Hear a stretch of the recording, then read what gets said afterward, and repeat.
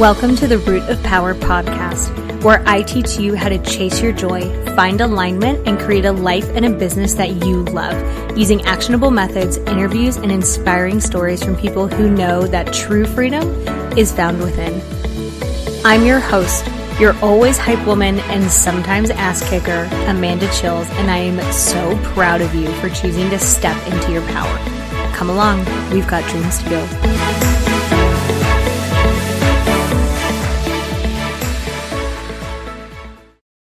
Okay, my love, I have put everything that I offer for free on one page so that we are not doing more work than we have to, because why would we do that? Hashtag work smarter, not harder. So livemyhappyhealth.com/free. You are going to find everything I've created for not only leveling up in your personal life and building a life that you love, but leveling up in your business life and building a business that you love. Okay? livemyhappyhealth.com/free. Love you. Hello. Welcome to this week's episode where I'm going to call a lot of bitches out. this episode will be a little spicy one. I hear a lot that one of the reasons, we'll just jump right in. I hear a lot that one of the reasons people don't want to do therapy is, well, I talked to my friends about it.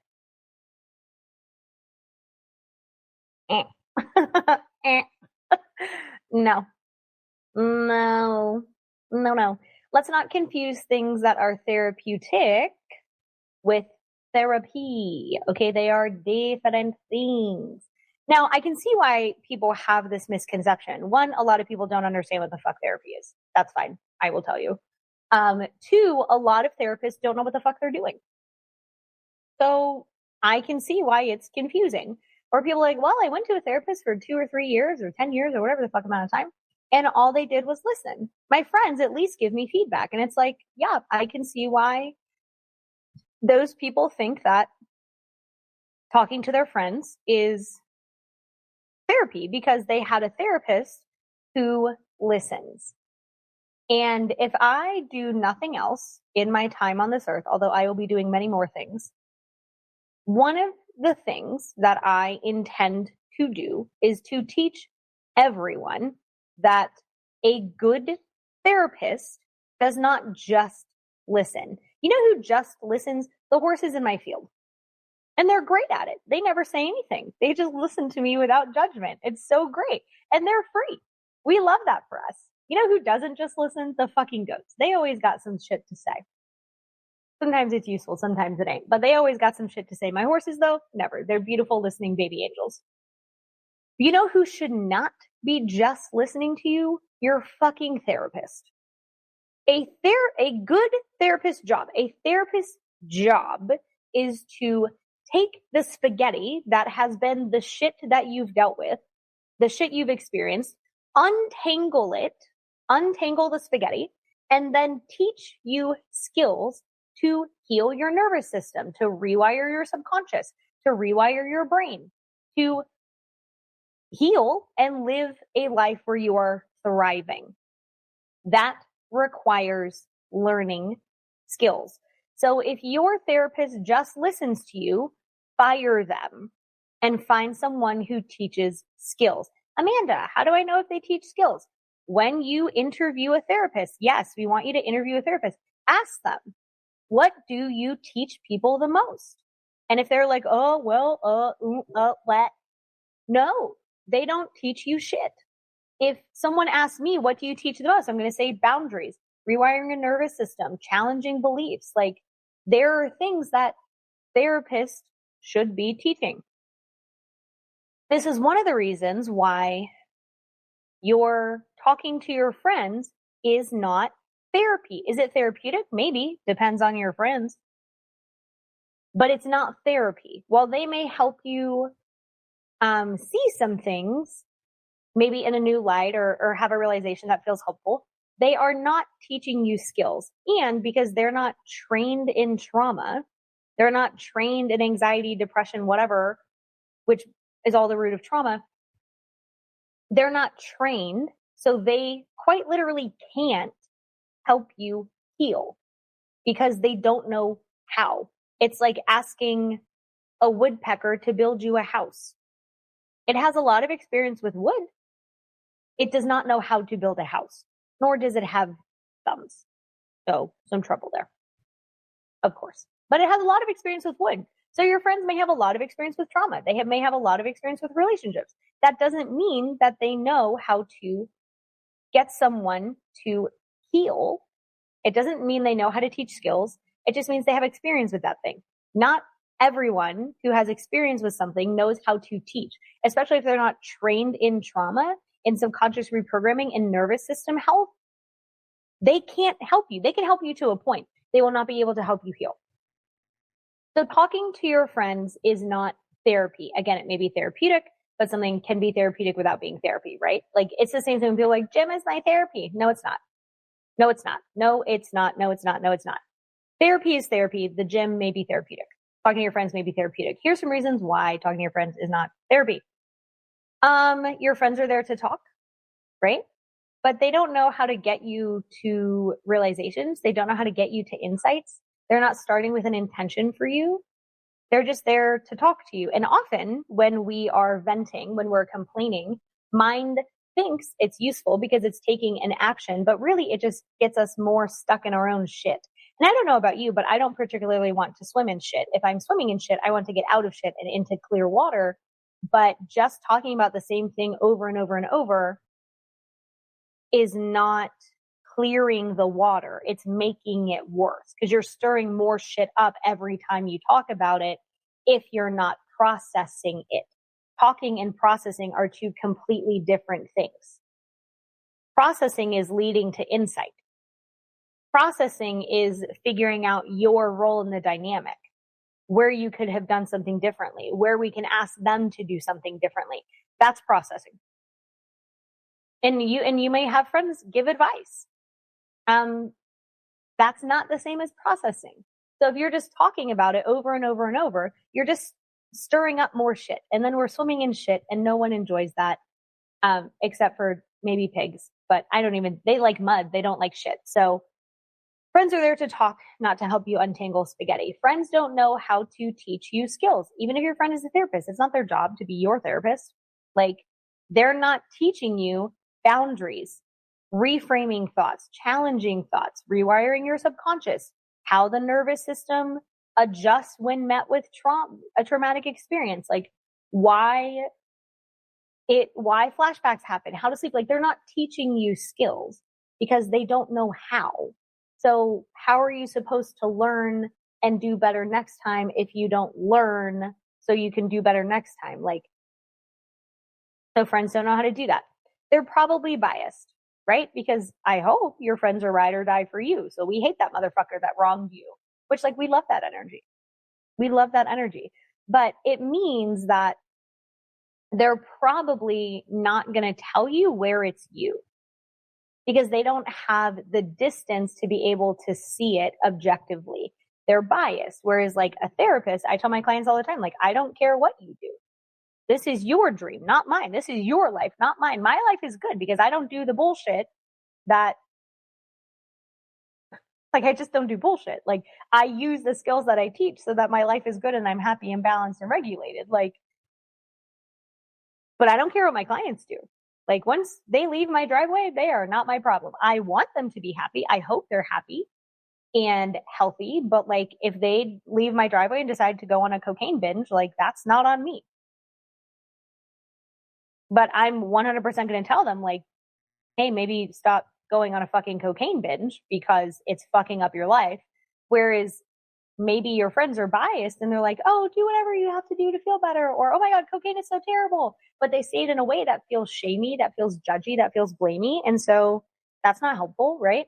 So bias prevents the amount of helpfulness or the objectivity that is present and useful from a therapist. They may not see you regularly enough. Therapy, everyone starts once a week or once every 2 weeks. So that's a pretty regular schedule for a whole hour. So if you're venting to your friends every 2 or 3 months, yeah, no, things aren't going to change. And also venting again is not processing. It's not the same thing. So they may not see you regularly enough, but even then, even if you are seeing a friend regularly and and just rehashing the same old shit that's happening. Again, you're just bringing up more shit. And we're not actually clearing the water. They're just not trained. They're not trained to be helping professionals. Like, if your friend is a hairstylist, they get trauma dumped on a lot, but that doesn't mean that they're trained in trauma or healing. They literally don't have the training. Again, you wouldn't hire a woodpecker to build your house, even though they have experience with wood. It's not going to happen. They don't remember everything that's happened. So like, therapists not only are meeting you that day, but they're remembering everything that you've ever said, or at least key points of things that you've said, to say, oh, here's a pattern. Oh, this is related to that. Oh, this happened with there. That's probably where this is coming from. Like, friends aren't doing that because they're not trained to. And it's not their job. Like, your friend's job is to be there present with you, not to remember everything you've ever said. Although they may have a good memory of things that you've said, but it's different looking at it through a therapy lens where it's like, these are things that have happened. I know because of the training, this is how it impacts the nervous system. This is how it impacts the brain. This is how it impacts the way that you think about things, the way that you react to things. So your friends are just not trained in that. They just don't know. And that means that they can't help you because they have a lack of knowledge, and it's not their job. And they don't see you regularly enough, like all the other things, right? Again, venting is completely unproductive. It's just stirring up shit again and again and again, but we're not clearing the water, which is a problem. So mind thinks it's being useful as I'm talking about the problem, but then you're just talking about the problem. So it remains top of mind for however long you're talking about it. It's like, you've had this happen, right? Where like, if a coworker pisses you off in the morning and you talk to your friend about it at lunch and you talk to your partner about it after work, like, you're just mad throughout the day now, versus someone processing it with you so you can like actually be neutral about it. They're totally different things, but like, that's happened to you. It's definitely happened to me where like, I don't complain now. I will vent a little bit, like once or twice about a thing, but like, then I'm not talking about it anymore because I don't want it to stay top of mind. Your friends are nice. Here's one that happens all the time, is like, your friends are nice. They don't want to hurt your feelings, or they may go the opposite end and like really value brutal honesty. And I put that in quotes because it's really just them being a dick. Brutal honesty has no place. Now, does that mean that I don't intentionally use words that will shock a system? No, I do. But I'm being all the way honest, not being brutally honest. When you know you're fucking that up and you're the problem, is not something I would say to a client. I would say, well, you are choosing that, is different, right? So like, your friends may be brutally honest. That's not helpful. Or they may be nice, which is not helpful, because if someone's priority is to be nice, then they're not going to be honest because they want to spare your feelings, but that prevents you from knowing the truth. The therapists aren't really doing that. Like, our job is not to be nice. Our job is to be honest and to support you to be honest. So whatever decision you make with full informed consent. You may hold back because you don't want to be judged by your friend. So it's a little different when you're with a therapist, where it's like, the whole point is to be all the way honest. So if you're not all the way honest with your therapist, the fuck are you doing? That's a problem. Be all the way honest. Like, that's how we learn and grow. Even the deep, dark shit, right? Like, trust me, we have seen and heard.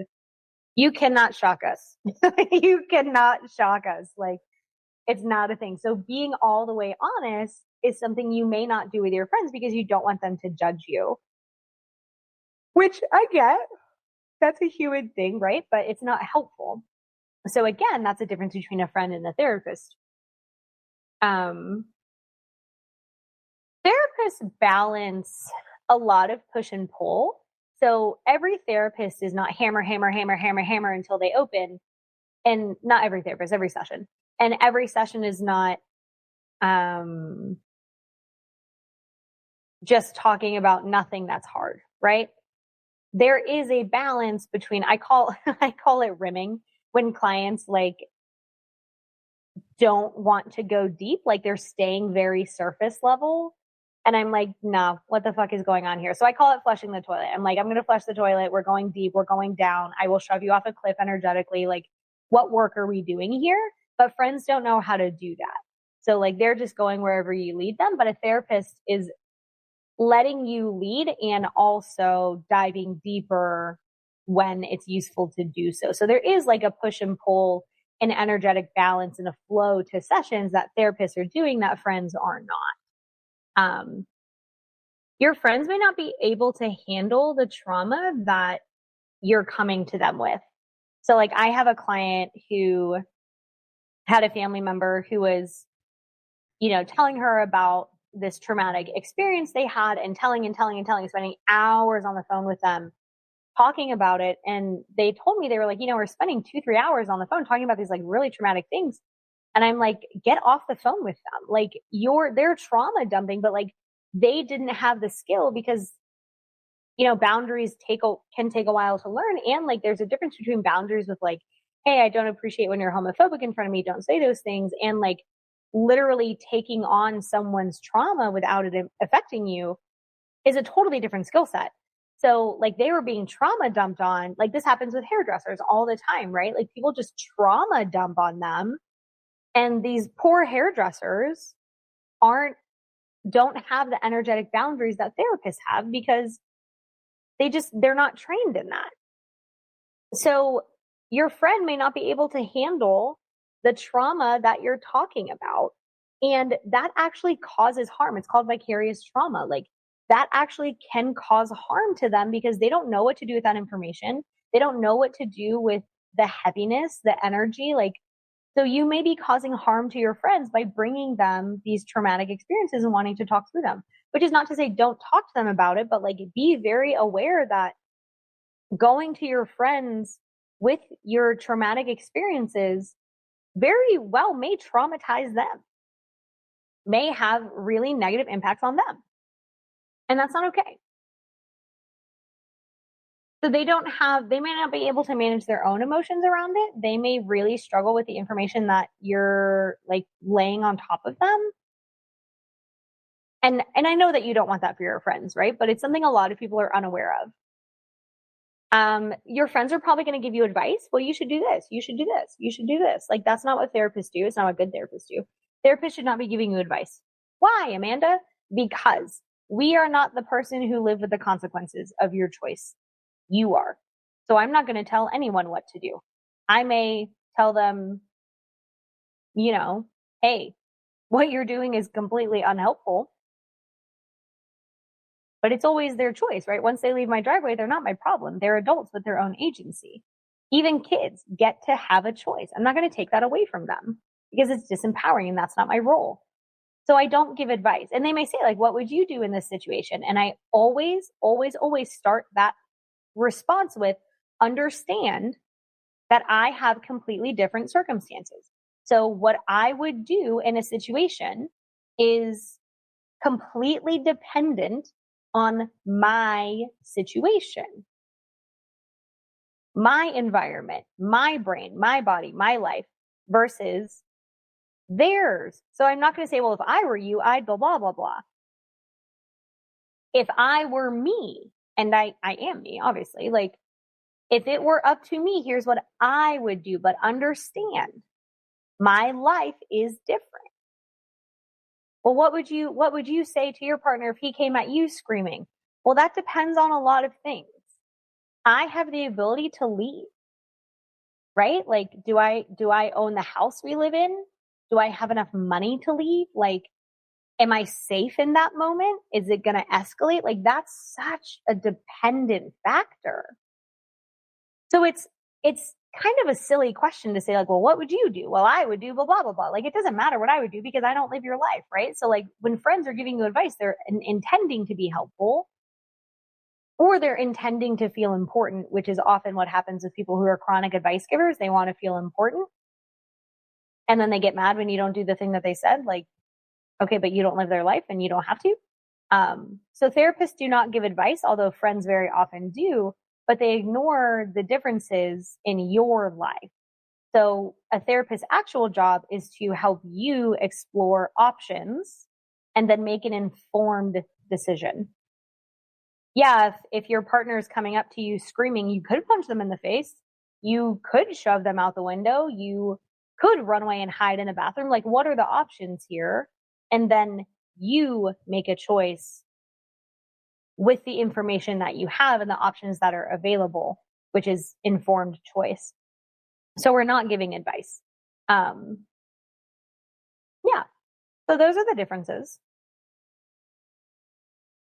So if you know someone or you are someone who historically has been like, well, I'll just talk to my friends about it. I hope that this was illuminating for you. I hope that you can now tell your friend or your partner or your family member, like, oh, actually, that's not the same thing. And here's why. So yeah, they're just different, right? And like therapy is not for everyone. Not everyone has access to therapy. And I understand that. Although there are therapists that will do a sliding scale, meaning they will change their rate depending on what you can afford. There are great books out there, but like someone intentionally walking you through the process of healing is not the same as venting to your friends. They are completely separate things.